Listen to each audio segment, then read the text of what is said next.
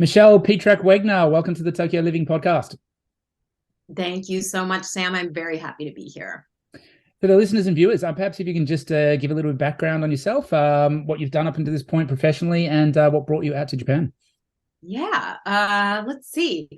Well, professionally, I would start with about 18 years ago when I started to do yoga for myself, 18, 20 years ago. I was a yoga and mindfulness practitioner, and I kind of catapulted into it from my own healing story. I'm a cancer survivor. Okay. And that's really what got me involved in paying attention more to my body and to slowing down. And at the time, I was in my late 20s. So I was really ambitious and really wanting to attack life, and had a pretty successful career at the time. And that diagnosis really slowed me down and had me reevaluate my life and reevaluate how I was living. And yoga helped me drop into a body experience that I hadn't really experienced prior to that. I wasn't an athlete. I wasn't somebody who was physically apt, so to speak. I loved dance and general movement, but I wasn't really somebody who paid attention to my body. And that kind of pushed me into this place of mind-body connection. And then eventually I went to train to be a yoga teacher in New York City and started to just teach general yoga classes. And then my husband and I found ourselves in rural Pennsylvania, and was teaching yoga in this environment where people started to come to me with ailments. And I had no idea how to deal with yoga and ailments, but they kept begging, can you help us with Parkinson's? Can you help us with cancer? Can you help us? I lost my son in the war. And, they really wanted something that was alternative. So that turned me to getting trained in something called yoga therapy, which is about an 800 to 1200 hour training program for yoga teachers to work more one-on-one with people using yoga therapy principles. And that gave me the foundation, I would say, to working with people with a variety of complaints, stressors, traumas, that allowed me to learn how to hold space to let them find the answers.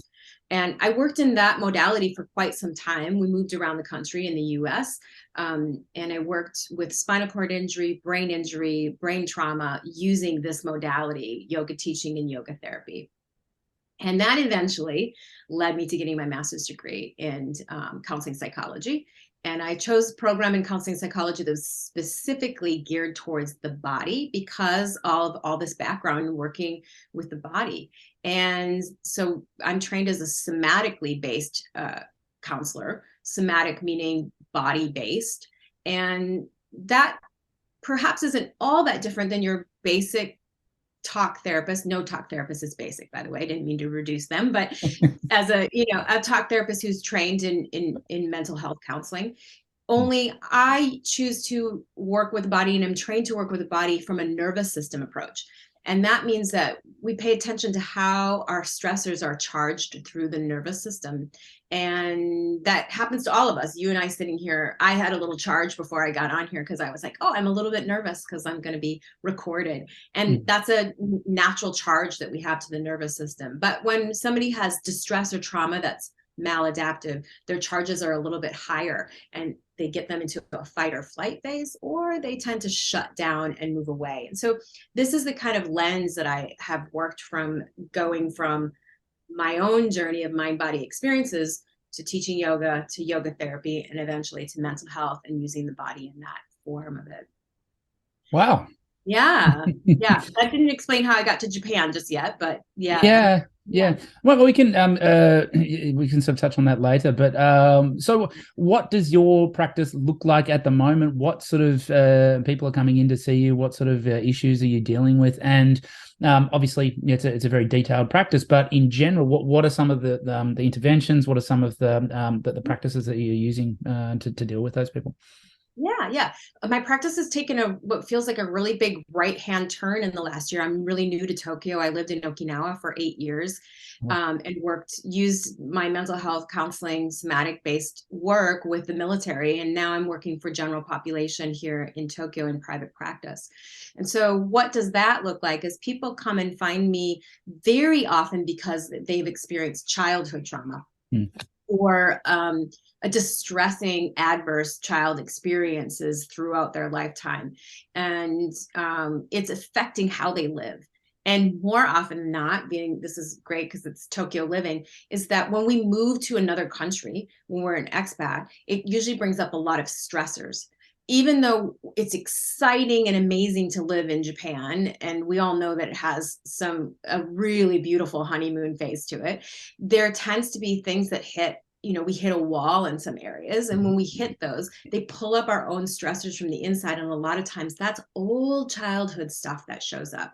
And it might just sort of unpin that trauma from childhood. It might be an incidental trauma, maybe a relational trauma. A lot of times it's the things that our parents did or didn't do, and they did their best that they could, but that still left us lacking. Yeah. And so when clients come against this, they usually sort of seek out somebody who's working with childhood trauma or complex trauma, which is what I do. And so clients are often coming to me because they have stressors in their marriage, or they have stressors with their children, or they're just not feeling themselves. And a lot of it they think is culturally related, which it is. It's sparked by that, but it runs a lot deeper than just what's happening in this cultural clash that they have.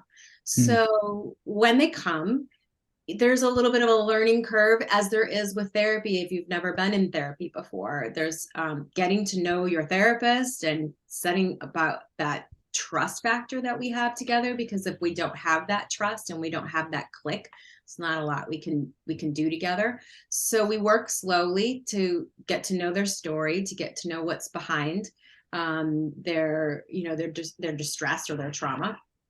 And then eventually my job is to teach people how to come home to their body. And that starts with just getting the language of sensation and the language of noticing their internal landscape. And that for a lot of people is like, wow, I haven't really paused to figure out what's happening inside my body. I'm more oriented to what's going on around me, because that's what makes me feel safe.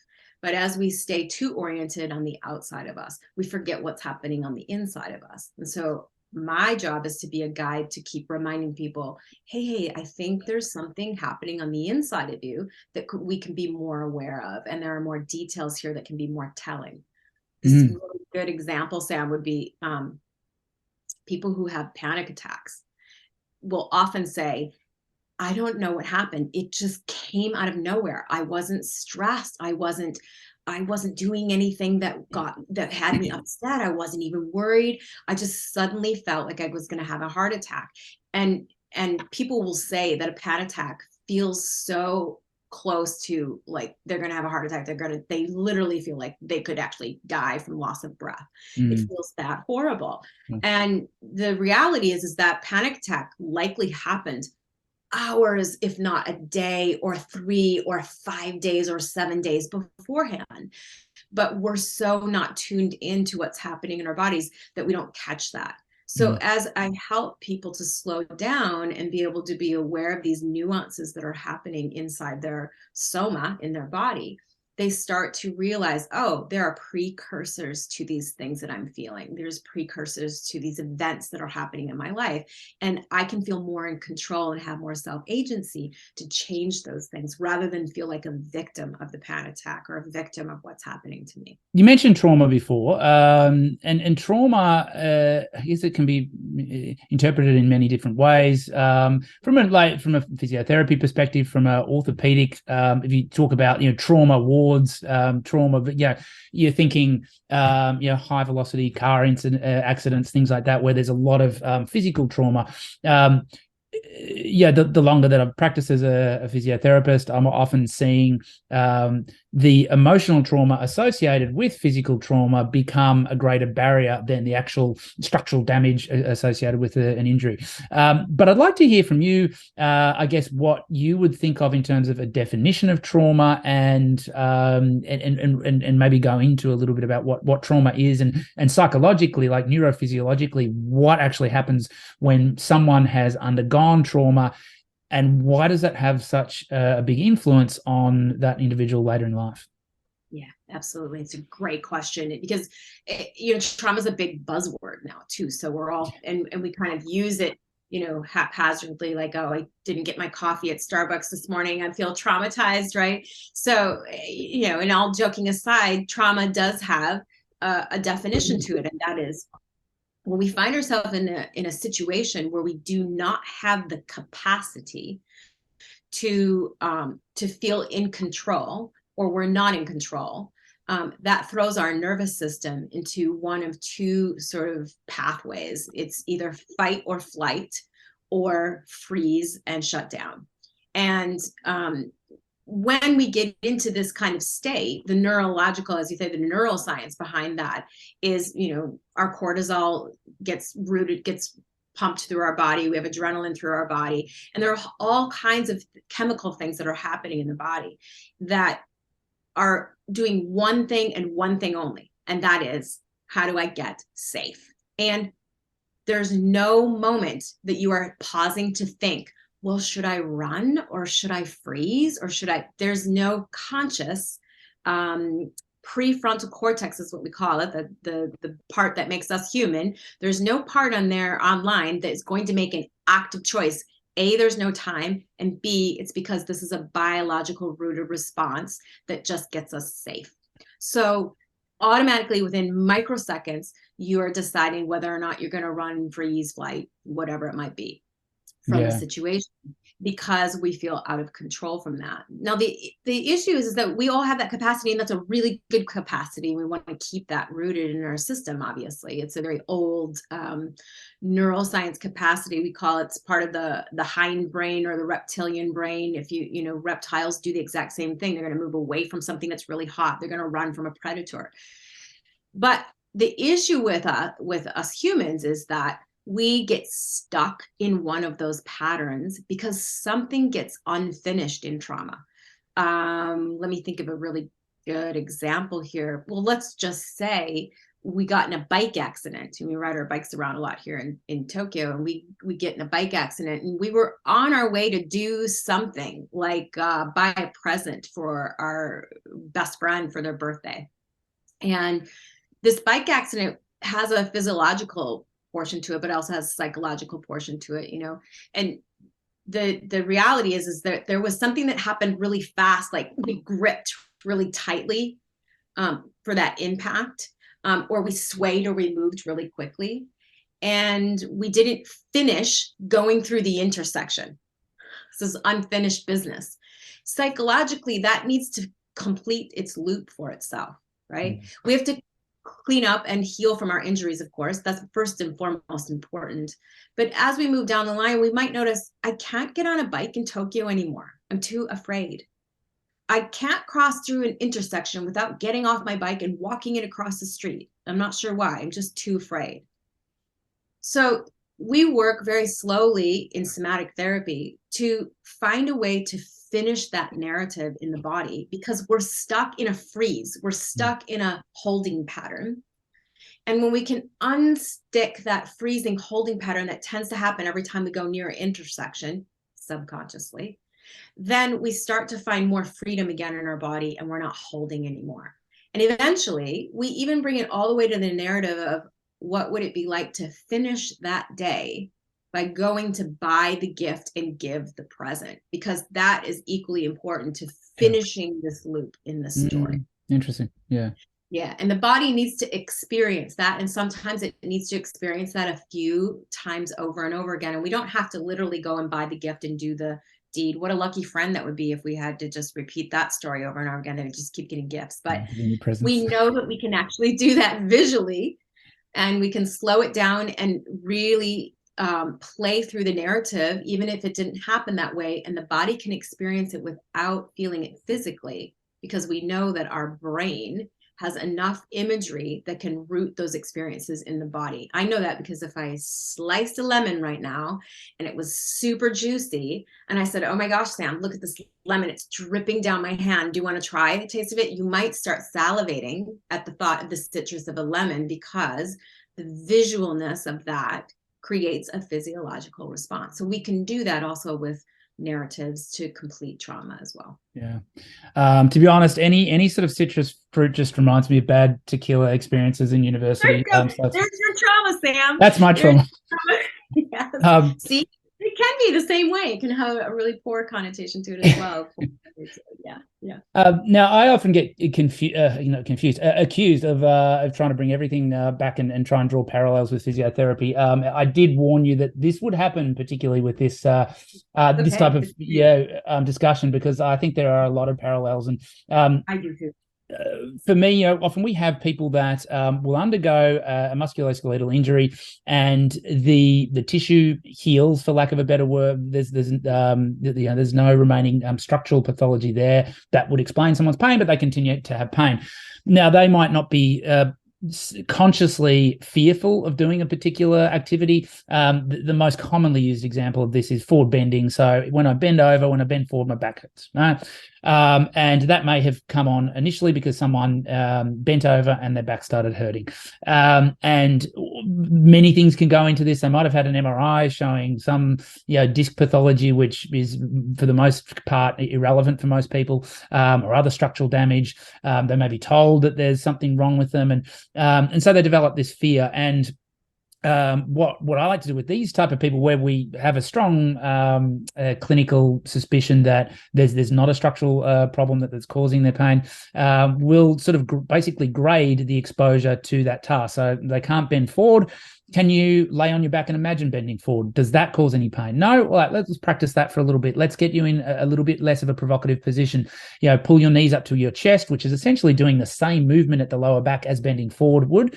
All right, now do that while you're imagining bending forward. And that's how I sort of think about trying to grade exposure to someone's initial trauma that may have led to their initial musculoskeletal injury, and often we have great success with that sort of approach.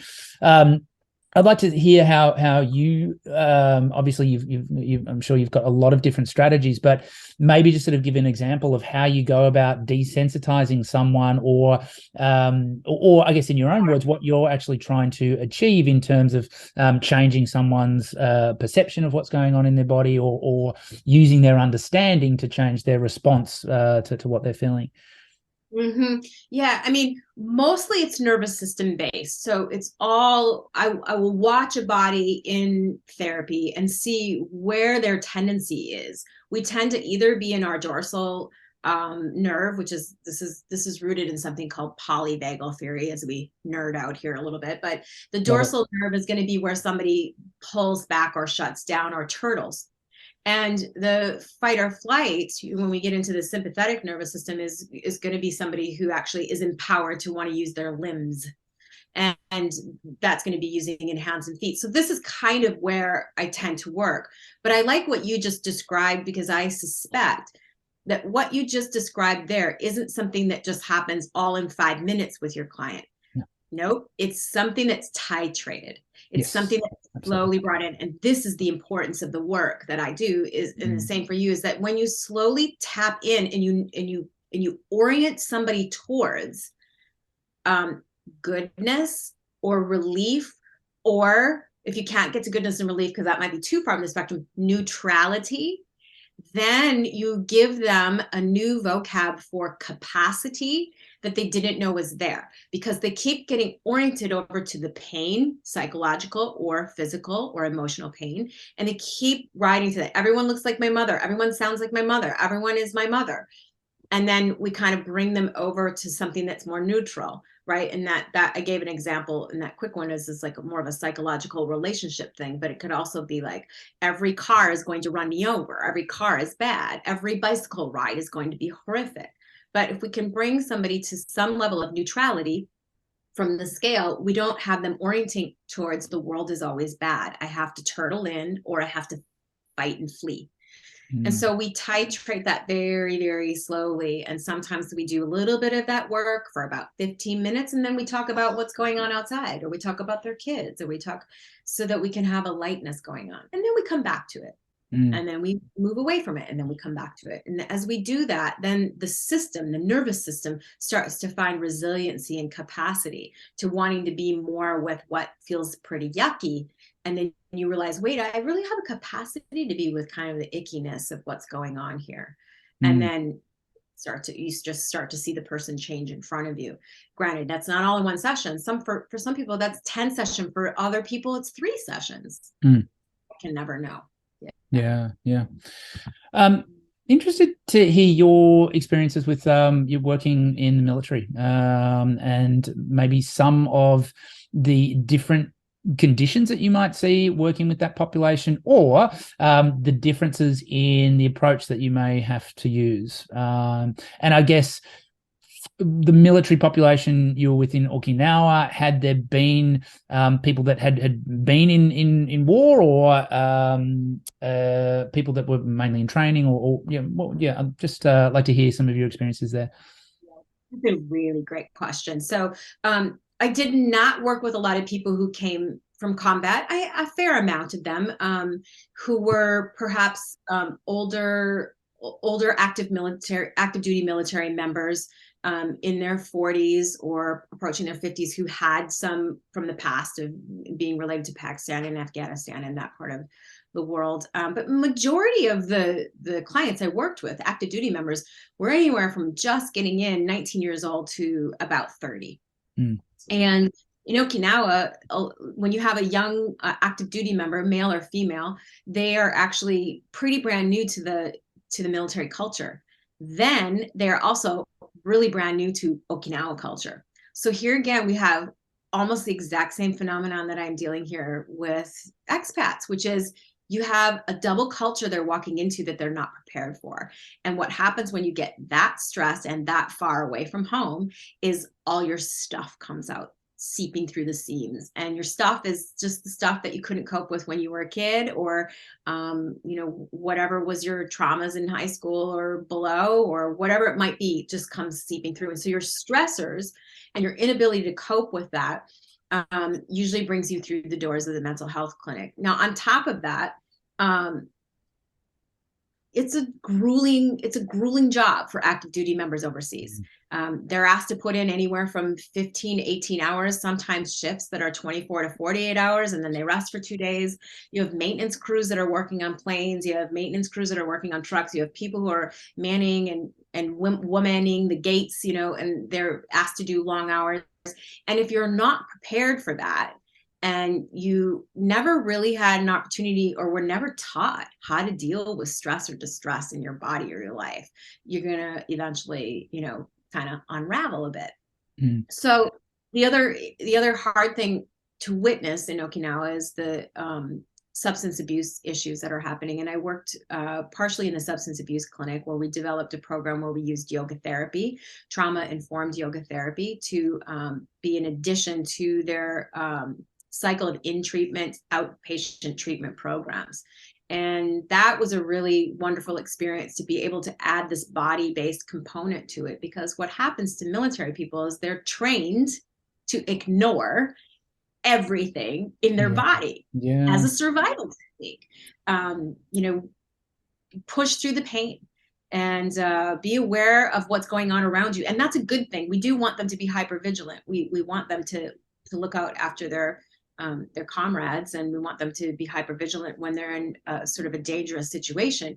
But the issue is they would abuse their body to a point with alcohol and other methods of abusing their body, that they wouldn't pay attention to what was happening within them. So we had a lot of injuries, a lot of people who would come through the substance abuse program who, were strained and, broken and bruised, and that's just from being abusive to their own bodies and overdoing it in their training. And so it really was a basic, here's what it's like to listen to what's happening in your body. Here's what it's like to listen to the pain.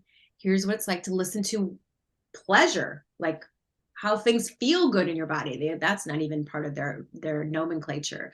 So it was a very interesting population to work with. And while I equally feel like I may have been an asset to the team, I think it was really, honestly, 5 years of the best training I have ever had as a therapist was to work in that population. Really? Yeah. It's interesting. It's made me thinking, how that would apply to athletes as well, who are also told to ignore a lot of the sensations that in their body. I mean, they're having to do that, and that could be very relevant when they start to get a musculoskeletal injury that may be related to some psychological cause, but they don't actually read the symptoms and signs of that because they have had that element of detachment, especially sort of in my world in combat sports, where again you have to go through pain to be successful in what you do and learn to ignore that. So that's actually a really interesting concept that I think it's got me thinking a lot down a lot of different streams. But thank you very much for sharing that. That's great. If people are listening and obviously what you're talking about is a really interesting approach to both physical and mental health issues. What are some of the common, I hate to use the word conditions, but what are the type of things that people will often present to you with, and what do you feel like your practice is really successful at addressing? Yeah. So I think I'm successful at addressing a couple of things, and they all kind of land in the same category, but for people, they might feel a little bit different. And that is loss, grief, and things that come up from childhood adverse experiences that may have happened. And a lot of times this is sexual trauma. And so where we have, unfortunately, too many people who have had sexual assault or sexual trauma in their past, it oftentimes just gets packed away. And even families don't know how to talk about it. They don't know how to deal with it. And they're left feeling like, well, with a ton brick backpack of shame, because no one wants to say that this has happened, or no parent wants to realize that this happened on their clock or on their time, regarding whoever might have been the perpetrator. So for a lot of people who come to me, sometimes that's on the table, but they'll say, I'm here for things that are happening in my life right now, but this did happen, but I'm not really interested in looking at it. And okay, I'm respectful of that. We don't have to look at that. But more than likely over time, their capacity in the work that they do with me becomes more in that place where they are ready to look at it. They're ready, or it just naturally starts to get woven into the work that we do. We are hard to pick apart as human beings. We are a whole ball of experiences from the time that we were in the womb to the time that we are sitting here right now. And we'd love to censor, and we'd love to say not this, but this, but this is everything that we are. Who we are today is everything that came before us. And so I let people pick and choose what they want to work with in therapy, but I do let them know that oftentimes it just may come around through the back door or the front door or the side door, and we'll just take it slowly as it comes. There's no reason to have to push anybody into the deep end of the pool. We always work very slowly and very gradually. But yeah, generally the conditions tend to be anything that's childhood trauma or complex trauma, which we call relational trauma. So something where somebody held power over somebody else, or they were physically abusive, emotionally abusive, domestic violence, these kinds of things. And that can be at any point in your life. And then grief and loss are the other ones I deal a lot with people who lose a family member, or even lose a job, or they lose their identity when they lose their job. And those are the things that I tend to navigate with clients. Yeah, fantastic. And if people want to find out more about your practice, whereabouts do you practice? How can perhaps you can share your website details, and if you're active at all on social media, where can people find you? So I'm a hybrid practice, which is I do online based work. Tokyo's a massively large city, so you can put yourself in one corner of it, and then that's real inconvenient for the majority of the population. So online work works well with what I do. Surprisingly, we can still do a lot of body based things just on screen. And that's the majority of my practice. And then there's another third of my practice in which I'm in an office in Hito. I have a little space with Mind Body Potential, who does massage work out of there. Kay is the massage therapist there, and I use that office on Thursdays. So Yep. there's a combination of those things for people who may want to come and see me once a month or once a quarter and then do online work, or they just want to see me in the office, or they just want to do online work, which works great. And then, yeah, people can find me at my website, which is www.embodied-therapy.com. And social media, in terms of my work in embodied therapy, not super active in it. I have an embodied therapy Facebook page. People can check in on it. What tends to get posted there is my blog, which is just up and going. And I hope to have more articles about how people can be in therapy and navigate therapy in ways that are effective for them. Because a lot of times people don't know how to be in therapy. They're like, I don't know how to do this therapy thing. Fair enough, because we've stigmatized it so much that we're just not sure, how do I show up and not have somebody not think that somebody has all the answers for me, which is, nothing could be further from the truth, that they actually have the answers. So yeah, they can find that blog on the website, and they can read all about me on the website and reach me through that, which is perfect. Fantastic. Well, Michelle, thank you so much for coming on. It's been a great learning experience for me, and that there's things in there that I think that I can apply even in my own practice. And I think that there's definitely ways in which we can sort of collaborate professionally as well. So it was great, having you on, hearing your story, and hearing about what you do. And we'll look forward to speaking with you again sometime in the not too distant future. Thank you, Sam. I'm full of gratitude. Appreciate it. All right. Thank you. Bye.